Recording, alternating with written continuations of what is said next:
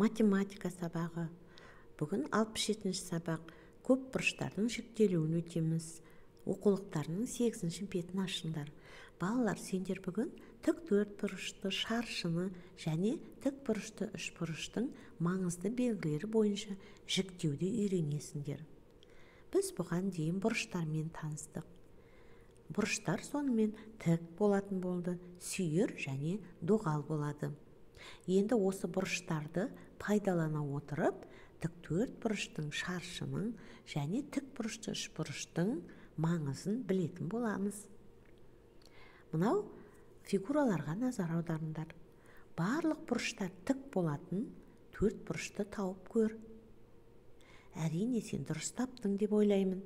Екінші және төртінші фигура, олар тік төрт бұрыш деп аталады.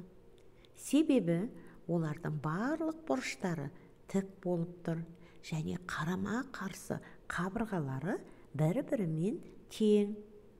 Ал бірінші, үшінші, бесінші фигураларға қарайтын болсақ, олардың бұрыштары әртүрлі және қабырғаларының ұзындықтары да әртүрлі болып тұр. Сондықтан төменге назар аударайық. Төрт бұрыштардың тік төрт бұрыш және жай ғана төрт бұрыш деп бөлуге болады екен.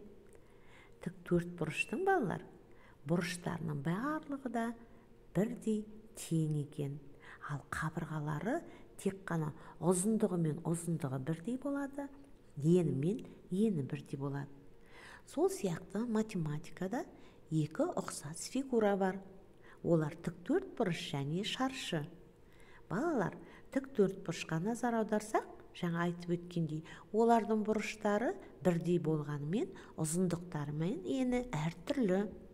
Ал шаршыға назар аударсаңдар, олардың бұрыштары да бірдей және қабырғалары да бірдей екен. Барлық төрт қабырғасы тең болады. Ендеше шатастырып алмаңдар. Енді дәптерлеріңмен жұмыс жасайсыңдар. Оқулықтарындағы номер 2-ші тапсырма. Ол жерде екі тік төрт бұрыш берілген. Осы тік төрт бұрыштарды өлшеп, не байқадың, соны айт дейді. Және екінші тік төрт бұрышты дәптеріңе сыз. Үшінші тапсырма. Бұнда сендерге төрт фигура беріледі. Соның ішіндегі шаршыны, яғни барлық қабырғасы бірдей фигураны дәптеріңе сыз. Олар бірінші және үшінші номердегілер. Төртінші тапсырманы қане ауызша орындаймыз. Берілген 5 үшбұрыштың ішінде қай үшбұрыштың бір қабырғасы болса да тік? Қане іздеп көрейік. Дұрыс айтасыңдар.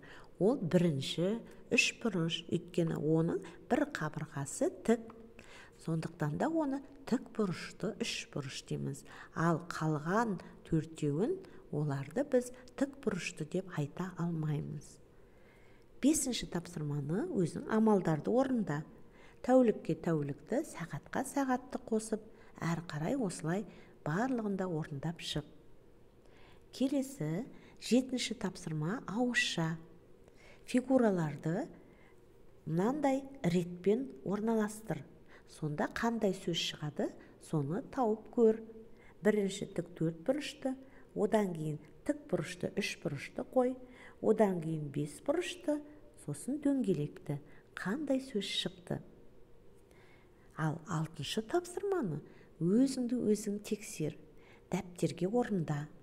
Барлық бұрыштары тік төрт бұрышсыз. 2 тік бұрышы бар, төрт бұрышсыз. Және барлық бұрыштары сүйір болатын үш бұрышсыз. Өте оңай тапсырма. Бүгінгі күндеріңе сәттілік. Сендердің көңіл күйлерің өте жақсы орындайды деп ойлаймын.